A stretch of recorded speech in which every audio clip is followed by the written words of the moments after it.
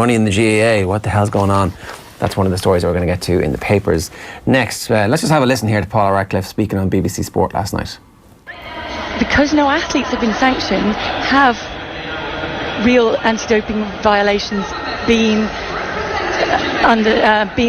transgressed by athletes? I don't think so. Otherwise, we would have seen athletes banned at this point, and there hasn't been that. Unless they're historical, because they were the whistleblowers, obviously, were the athletes who'd retired and some of them were no longer competing. But they can still be sanctioned. We're still seeing athletes sanctioned now for anti-doping violations that are long retired. So I think had there been anything there, that would have come out. And I think that's what a lot of people were waiting for. We talk about how long this investigation's gone on, how much money has gone into it, because people were waiting for something big. I think USADA thought it was something big. I think USADA were trying to maybe regain a little bit of face also for the Coleman fiasco and everything that's gone on. That's relatively recent, obviously. Yes. That's only this summer, isn't it? But in going with this, they've maybe been thinking there's something along the lines of the Lance Armstrong, which was huge.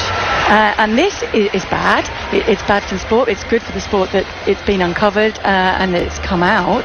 But it is bad for the image of the sport. There's another 7 minutes of that goodness from Paula Radcliffe as she basically said, no, this isn't a big deal, nothing to see here.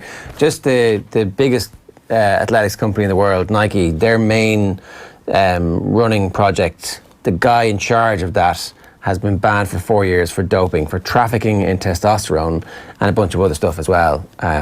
And Nike are going to back his appeal. They are, yeah. I mean, you know. They've really they picked their horse. They have pretty much gone all in. Chips are down. It's in the Times, the London Times. Apparently Phil Knight is close to Salazar. Okay, yeah. He's the head honcho at Nike, so it's a personal thing. They're mates, and he's going to back his mate. And Paula Radcliffe's performance was shocking. Yeah. I mean, not really shocking, but like shocking when you actually see it. Somebody's just going out there like Chemical Ali. So some of the lines are just sort of. I mean, as I said, I haven't followed this case closely, but I mean, you just so I think a lot of people even might tune into that with a sort of a.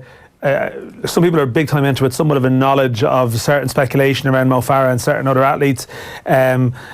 Just for someone with athletics reputation being in such a place that it's troubled, and for someone to make the point that is this costing a lot of money? Yeah. Like all of a sudden there's a duty of care there towards the finances, rash spending of USADA, like or Nike. Yeah, well, I mean this is the point. You know, well, I mean, should we be spending money finding elsewhere? The truth. Yeah. You know, I don't know. I mean, that's the line that jumped out for me. I know there's obviously there's other questions and very valid points that can be aimed in the direction of Paula Radcliffe, but just that line. Yeah. You know, it's like this is a massive crisis for your sport. And you shouldn't be front and centre saying, "Oh, this isn't a big story. This is worth to spend." This isn't a big story because no athletes were found. It's like, well, it's early days yet. I mean, this is. History, that part of the investigation is over, and you know, let's just wait and see exactly what else comes out from what else Salazar was up to over that period of time. He's been in Oregon for basically 20 years, since 2001, I think, and you know, he's like some of her lines are remarkable. There was one about he just likes to push the boundaries. He just needs to see where the boundaries are. But the best part about this, I think, is that everybody in Britain is finally waking up to the nonsensical nature of. Steve Cram was on BBC being interviewed as well yesterday, and it was like, you know, I mean, we have to believe in what we're seeing. It's our job to report on the things that we see, and we have to believe in it. And it's like, well, you know, there is something. The image of the tournament even being in Qatar at the moment, you know, so while you're in Qatar with no one watching a flagship event, and you know, there's the defence of certain issues over the years is looking questionable, and it's just a horror show image all around. Yeah, Alberto is conscious. She's calling him Alberto still, and like, you know, like. Anyway, so they'd obviously be. I don't know if everybody knows each other, I suppose, in the small world of athletics. Alberto was conscious of finding out where the limits lie. So his defence was he was smearing testosterone on one of his own coaches so they could find out what would result in a positive test to prevent them from being sabotaged. That's why they were doing it. I'm like smearing myself in testosterone, checking what gives me a positive level, and then I can just make sure, so that nobody ever smears me in testosterone. Because that's what the good drugs of testosterone, I'm going to get them and give them to you and smear them to you, and then you might beat me in a race, and I'll be sabotaging you by making you test positive. That's what's going through there. So he's checking the boundaries, just going around. Yeah, and she's like, oh, he's just testing. He's just conscious of finding out where the limits lie. She can go and shite. Back page of the Times. UK inquiry into Salazar, a sham. So UK Athletics, when Steve Magnus, the whistleblower, came out, UK Athletics did look into this, and at the time it was very important to them because Mo Farah was still under the tutelage of Alberto Salazar, training with the Nike Oregon project, and UK Athletics were like, nothing to see here, this all seems very fine, it's all perfect, keep going. And so Mo Farah stayed with Salazar for another couple of years after that. So the back page of Dan's paper, the Irish Independent, this morning. McCarthy's faith in continuity will define key week front. We're going to talk about that. Right. We'll discuss that. Yeah. There was a lot of annoyed. Oh my God! Around the office yesterday when the squad came out.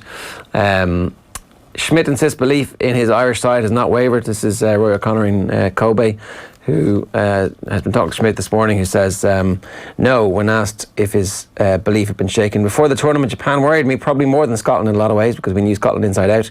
We've only lost one of our last 7 games against Scotland, but obviously he was right to be worried about that. And then the big GAA story overnight. Supermax asked Galway, where did the money go? So they spent 1.5 million and now they're going, what do we spend the money for? Where exactly did it go? Did the players benefit? Did administrators benefit? How exactly was this money spent? And they also want the Mazars report that was commissioned on behalf of Croke Park and had 39 findings and recommendations. They want that made public so that everybody in Galway GAA can find out exactly what's going on. A good old Mazars report. It's been a great year for Mazars, really, isn't it, in terms of its place in Irish sporting life. Is it fair to say they're the new Genesis? They are. Their stock is rising dramatically, but I mean, that's. I think just a statement from any body that just lays figures down on paper. You know, like we're not used to in Irish sport. There's always a lot of culture of secrecy around, like a lot of figures, a lot of money. Maybe in GAA in particular, but also like just in general, like compared to like American sports where you can look up the salaries of people and you can look up. You know, you can basically find any information that you want. So for someone to very coldly lay down a statement, you know, as sort of pictured on screen, and just so, here we go, 2015, 2016, 2017, there's your right down to the pennies and pence, you know, in the sense of like your specific amounts, and there you go. And who got the money? How did you use it? I want to know chapter and verse. And I'm sure there are records kept. Of course, there must be. Yeah, no, I mean, it should be a straightforward enough procedure, really. Good opportunity for the Galway County Board to come out and answer some of the questions that have been floating around them. Substantial amounts of money. It's, I mean, maybe not entirely surprising because it's. You think of how powerful the Gaelic Games is in Galway, and it's maybe not surprising, but it's still it's just a remarkable story that it's been laid out there so publicly. So your piece today is about the Ireland squad, and Mick McCarthy has been very loyal to his players traditionally down through the years. If you had a good game for him at a key moment, then you were in that team, and you basically needed to have a broken foot not to get out of the team. And look, the players obviously love that. You can see that the players who played under him in the first Republic of Ireland era are massive defenders of him, and they can see when he's making a decision what the thought process is behind the decision, while some of the rest of us are left scratching our heads going, why is he doing that? And they're like, well, no, it makes sense if you think about it this way. And he was naming a squad yesterday for 2 difficult away games in the space of 4 days against Georgia and against Switzerland. And I do think, from the outside, from the sort of public perspective, sometimes there is too much of a desire for new things, and like international performances are completely forgotten because someone hasn't had a great time with their club in the previous month. Like Mick McCarthy would look at that and say someone like Scott Hogan, for example, who's included in the forward department, where quite a lot of people would like to have seen Aaron Connolly. And he made the point, well, actually, Scott Hogan came off the bench against Denmark and did well for 10 minutes and come off the bench against Switzerland. And actually, he mentioned how he made a run at one point that drew the player out for a throw that led to the goal.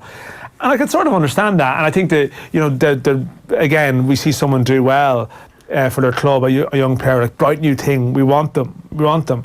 But I still think there would have been room for one of the players. I'm not saying throwing all of them. I didn't necessarily agree with Parrott this time myself, I have to say. I don't think, one League Cup appearance, with Spurs where it was quite difficult for him, and I can see why for a Georgia away game and Switzerland away game it might not be the time to introduce someone like him. But someone like Connolly is coming off the bench in the Premier League, or Michael Obafemi is coming off the bench in the Premier League regularly, to have them on as a bench as that option, I can understand it. But he's taken the view that this is our group, they're unbeaten, and that will, from those players, those players who maybe haven't had a great time at club level they'll feel great walking in going, I've got a manager here who believes in me and believes in us, and they're looking on that bond to get us through. But those decisions will define how things go. There's a target on his back if things don't go well now over here. Yeah. The Troy Parrott case is one case. The Aaron Connolly case is different, though, right? I think the Connolly case has evolved now over a period of a couple of weeks, because he's coming off the bench he's basically number 12 for Brighton at the moment. Now, that's because Brighton's squad possibly is quite light, but still, he is number 12. I saw him last week play against Aston Villa. He plays as a central striker for Aston Villa. Nick sees him as a left winger, having seen him impress there for Stephen Kenny's 21s, where he plays on the left wing because actually there's quite a lot of central strikers, whereas with Brighton, he plays sort of through the middle. He was up against two big Aston Villa 6-foot centre halves last week, and he did well. He's Mick talks about the physicality of Switzerland and how, and we saw that at first hand in the Aviva, and he maybe feels that could phase certain players, but I don't think it would phase Connolly. But there's a balancing act between, you can't just bring all these kids in that everyone wants to bring in. I think it's probably naive to call for just that massive overhaul in one go. But to go for none, zero, leaves you under a bit of scrutiny. It definitely does. What also leaves him under scrutiny is the Richard Keogh comments. Now, I only heard the audio from the mixed part of the press conference. I don't know if there was extra stuff after that. There was. It was extra without being dramatically extra. There would have been a few lines, in our own paper today that I would have included. People have gone for different lines of the Irish stuff because there was quite a lot in it, actually, just between Keogh and his answers or non-answers on his relationship with John Delaney, and then there was, Shane Long, various players left out. We'll touch on that with maybe some of the other papers. But his stance on Keogh really could be summed up. He's the one that's getting battered for it. Should he have been in a car that one of the two Derby County players was driving? No. Should he have been part of that? No. But he's not the one who has got in and sat behind the wheel of a car. And that is his opinion. He said that he spoke to Richard Keogh. I'm not sure if I actually included all these lines, but he said that he spoke to Richard Keogh, that he wasn't very communicative. He was down. He just rang him up to say, listen, everyone's battering you. I'm giving you a call. And that is his viewpoint. He spoke in the open setting. There was a few questions about the views of a role model and as a footballer, a role model. I can play you that video anyway. Here he is talking about Richard Keogh. Have a look. I just wonder, everybody sat in this room when you're judging. Sorry. If you've asked me the question, I'm just going to answer if you don't mind. Just wonder that, the one where I was saying cast the first stone, and you've been out for a drink with the lads. He's the captain of the team. I don't know. He's got in the car with him. He didn't expect to be in such a state at the end of that journey home. People make decisions and they've got to live with them, unfortunately. What do I think of Richard? I think he's a wonderful player. I think he's a great bloke. Well, the club did say that there was cars laid on for that particular event. Should people not... I understand he's had an unfortunate incident, but do people, we should be taking a hard line against things like drinks ordered, especially if the club are there to accommodate them as well. And I'm sure they will. And they are the rules, aren't they? They're the rules in life. And I read somewhere where it's great footballers think they can do what they want. No, they don't. They're just young men who go out for a drink and make decisions and actually make mistakes like everybody else does. And they are then highlighted and judged far more than other people. Yeah, except drink driving ruins lives. That's the thing. It's not just a It's not just a decision that they made. It's like it's risking other people's lives and their own, but ultimately, that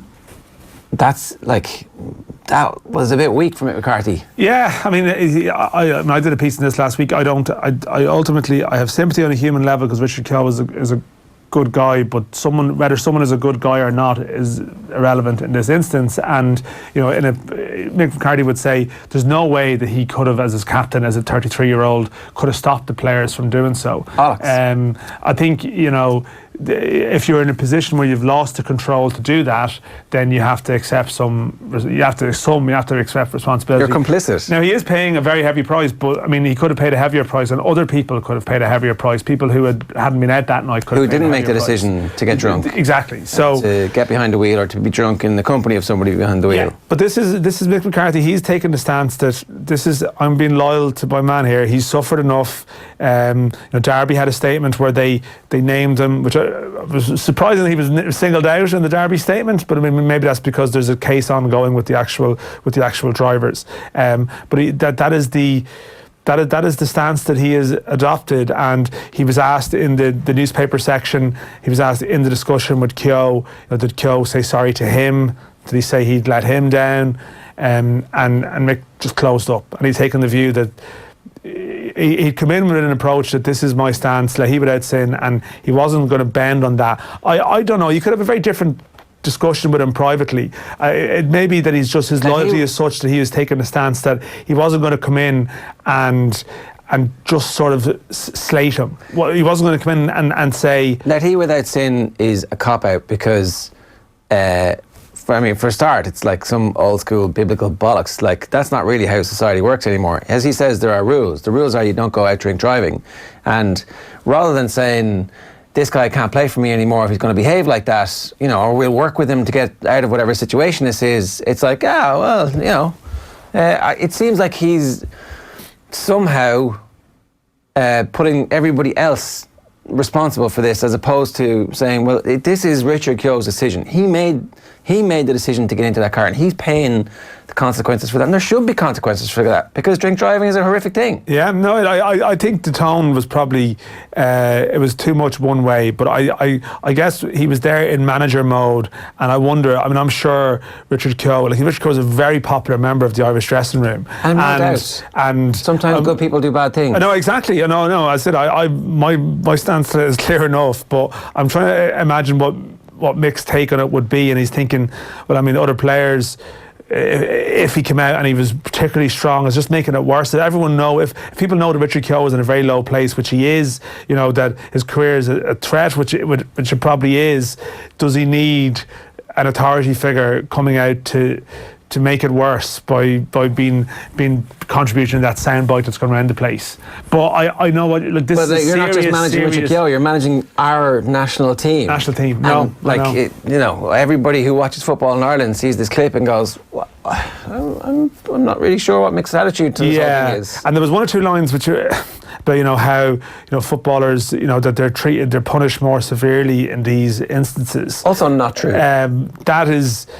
I didn't really get the viewpoint on that, really. There are instances in life where, I think footballers on a night out get snapped and stuff, and I think that's a bit ridiculous and unfair. They're entitled to a night out, but the law is the law. Yeah. I think anyone who gets themselves in this situation should be treated harshly. And in fact, sometimes footballers, because they've got good lawyers and loads of money, can actually. Not everyone who drinks in a rural pub and gets has a few points and goes home, which they just should not do. They don't all have the offer of like cars laid on by their employer to bring them home.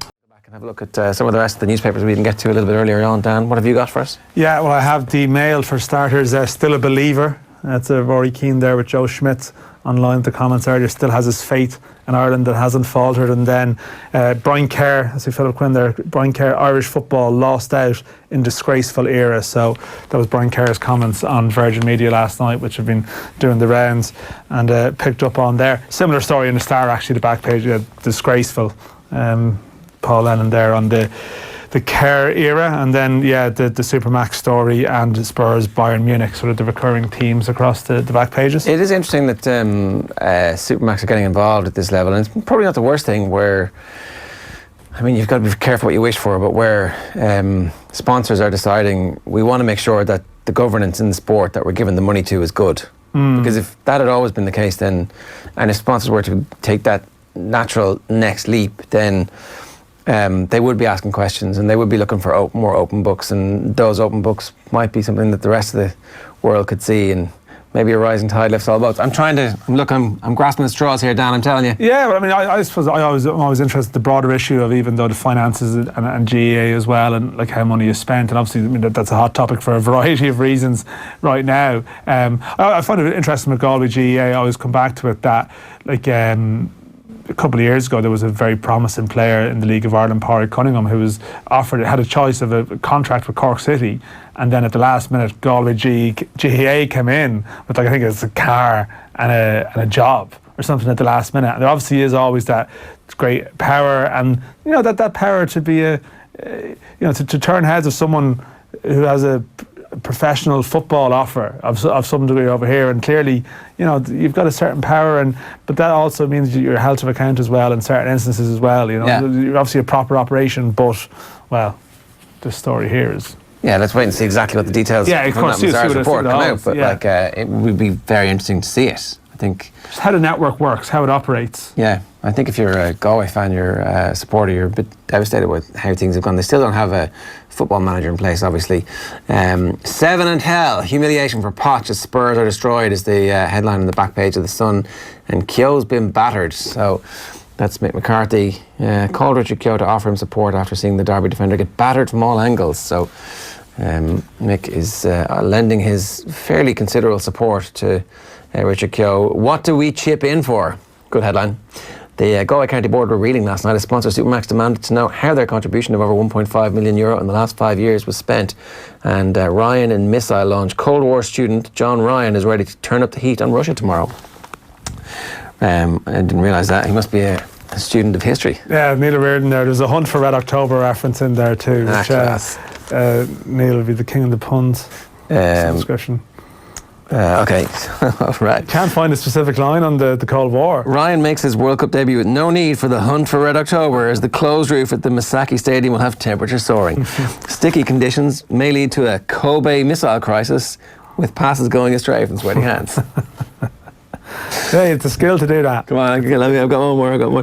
The Munster man knows what he can expect from the scrum, from Russia with shove, as Ireland engage in a proxy war before they take on their real foes.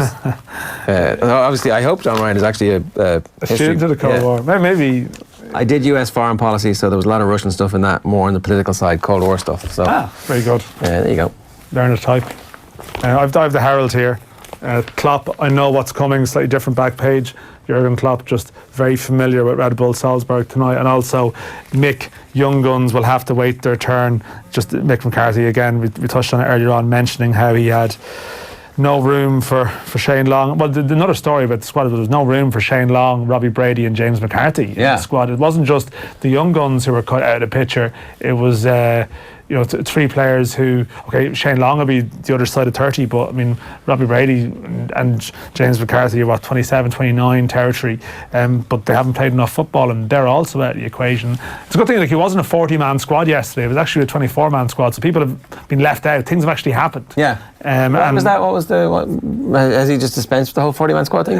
Yeah, I think, I don't know, they're probably getting a bit of grief over it. It didn't really mean anything, and then you'd send out the proper squad by email, a week before it. So this time it's actually a squad announcement on the day of the squad. He did do a 41-man squad privately, which is dispersed to clubs. You actually have to do that. You have to give clubs notice that you might need their player. So Aaron Connolly's in the 41, Troy Parrott's in the 41, right? But they're just not in the 24.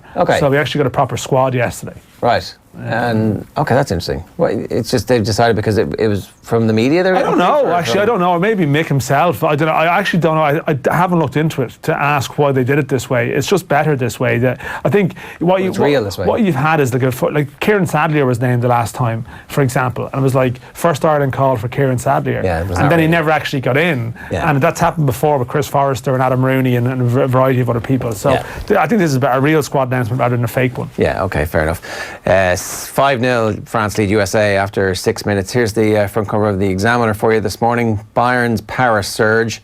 Ex-gunner Gnabry scores 4 as Bayern batter Spurs, with the headline on the top there, which is probably the most interesting story, is Cork delegates hit out as Cusack ratified as new minor hurling boss. So Donal Og, the one of the architects of the strike in Cork hurling, and obviously a long-term would have had long-term difficulties while he was playing with the Cork County Board. The peace has finally broken out and he's now involved in the new management team for the minor team.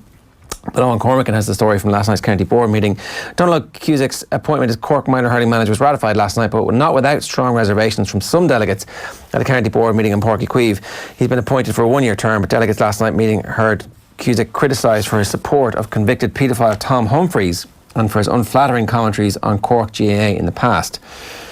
These are not the same thing. I wouldn't know. Yeah, I did read that story, and it's slightly incongruous to go from one paragraph to the next. But I mean, that's what happened. That's just reporting what happened at the meeting. Exactly. But I would consider one to be far more serious than the other, to say the least. I mean, the criticism of the Cork County Board, it turns out, was like very well thought out and very strongly felt and completely accurate. Yeah. And they've had a massive change. Yeah, that's just parochial. That's parochial stuff. But obviously the Humphrey support is a far more serious topic and far more serious error, in my opinion. But I'm going to get the name of this club wrong. I think it's Ahabalog. I'm not sure, but I think it's Ahabalog. John Crean is the guy who says, I couldn't support one of the people named tonight as manager, that's Donal Og Cusack. This is for one reason and one reason only, for his support for Tom Humphreys in a very serious matter involving a young member of a sister association. Tracy Kennedy, the chair of the county board, said, I couldn't possibly discuss anything like that at a county board meeting. And then a bunch of other people are like, well, I don't really care about that. He had a go with us before. By the way, a bunch of other people. The thing that they wanted to talk about was, so I'm sure they did obviously care about the other thing, but they didn't talk about it. They didn't take that opportunity last night to bring it forward. So, and look, it's going to constantly be there. Donal Og Cusack made that decision to write to the court in that manner, and if you've seen lots of people who are involved in the legal system say that's a perfectly natural thing that happens all the time. I'm sure it is, and at the same time, you don't have to do it. Yeah, it's a choice you make. It's going to follow him. Choices. It's going to follow him. It sticks with him. I have the mirror here as well. 7 in hell. I think we've seen that headline somewhere before on the Spurs Bayern Munich, and then McCarthy. It's in your hands, Rob. Paul O'Hare, just Mick McCarthy dangling a Euro 2020 carrot in front of Robbie Brady. There's also a transfer story. Manchester United plotting a 90 million swoop for Moussa Dembele. And he's in France at the moment, and Sean Longstaff from Newcastle, as mentioned. And then there's just one more. The Guardian, it's Seb Coe on the back page. Seb Coe orders athletes to sever links with banned Salazar. My favourite line in this, there's a paragraph, because obviously they were close, Coe and Salazar. When you've been in the sport as long as I have, friendships and relationships can go back a long way, said Coe. Alberto and I held world records at the same time. The charges laid by USADA were really serious, and we are now in business mode. And Seb Coe, he's the president of the IAF. I think he's always in business mode, or surely he should always be in business mode when it comes to this serious business.